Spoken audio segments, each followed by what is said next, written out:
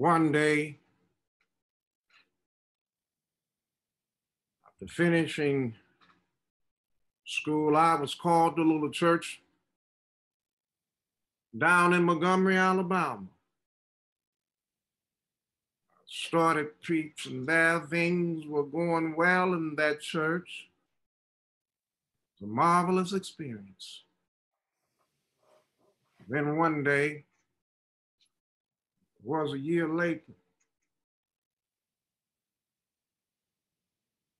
a lady by the name of Rosa Parks decided that she wasn't going to take it any longer. She stayed on the bus seat. Well, you may not remember it now because it's way back now, several years ago. It was the beginning of a movement. 50,000 Black men and women refused absolutely to ride the city buses. We walked together for 381 days. That's when we got to learning to know. Negroes had to learn to stick together. We stuck together. We sent out the call. No Negroes rode the buses. It was one of the most amazing things I'd ever seen in my life. The people of Montgomery asked me to serve as spokesperson.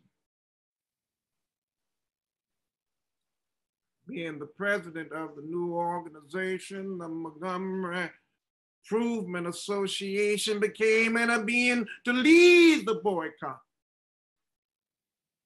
Couldn't say no. So we started our struggle together.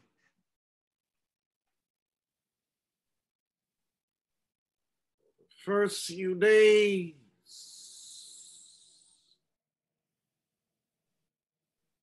everything was going well, but 10 or 15 days later, when the white people of Montgomery knew that we meant business,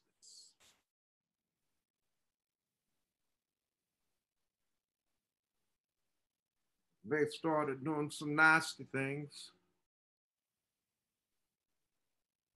They started making nasty telephone calls. Got to the point that some days more than 40 telephone calls would come in threatening my life, the life of my children, and the life of my family.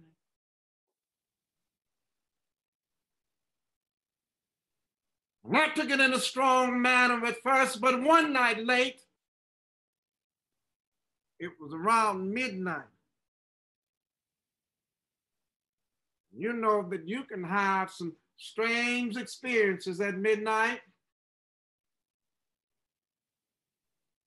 Been out all night with the steering committee. Just got in, and immediately the telephone started to ring.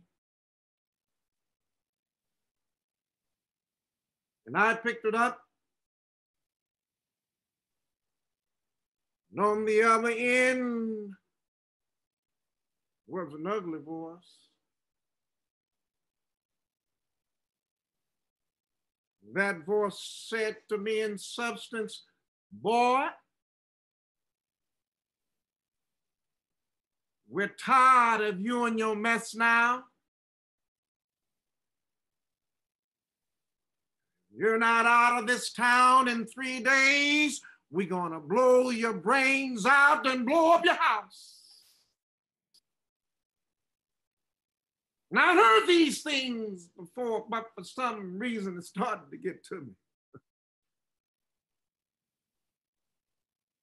Rode over and Tried to get some sleep, but I couldn't sleep. Frustrated, bewildered. So I got up and I went into the kitchen and I started warming some coffee, thinking that coffee would give me a little relief. Then I started thinking about many things. Pulled back on the philosophy and the theology that I just studied in the universities, trying to give philosophical and theological reasons in the existence and reality of sin and evil, but the answer didn't quite come there. Started to think about a beautiful little daughter. She had just been born a month earlier. We have 4 children now, but we only had 1 then.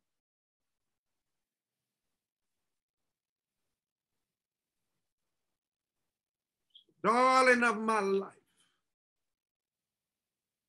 Come in night after night, and I see that little gentle smile, and I sat there and I started at the table thinking about that little girl.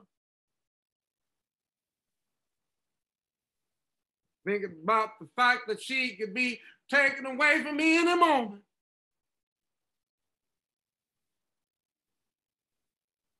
Started to think about a beautiful and dedicated wife who was over there asleep. She could be taken from me, or I could be taken from her. And it got to the point that I couldn't take it any longer. I was weak. So I heard something say, well, you can't call on Daddy now. He's up in Atlanta, 175 miles away. You can't call on Mama now.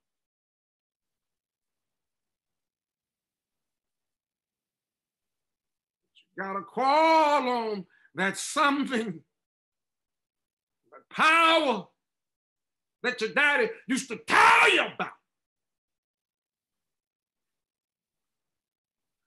Power that can make a way out of no way. So I found out that night that religion had to become real, and I had to know God for myself. So I bowed down over that cup of coffee. I never will forget it. Prayed out loud that night. I said, Lord, I'm down here. Think I'm right. I think the cause that we represent is right. Lord, I must confess that I'm faltering and I'm losing my courage. And at that very moment, I heard an inner voice say to me,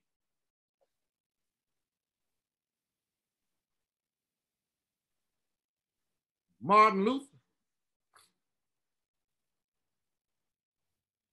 stand up for justice. Stand up for truth.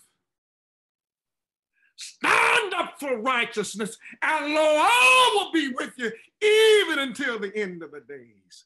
I tell you, I saw the lightning flash, and I heard the thunder roar, and I felt sin breakers dashing, trying to conquer my soul. But I heard the voice of Jesus saying, still to fight on. He promised never to leave me. No, not ever to leave me. He promised never to leave me. No, not ever to leave me. No, not ever to leave me. Sometimes I feel discouraged.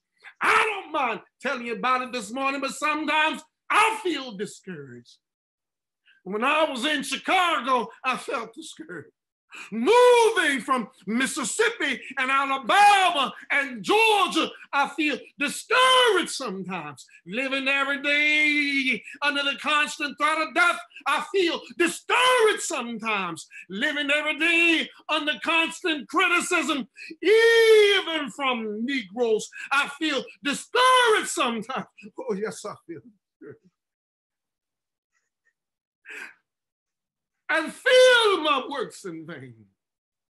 But then the Holy Spirit revives my soul. There is a balm in Gilead to heal the sin-sick soul. There is a balm in Gilead to heal the wounded soul. God bless you.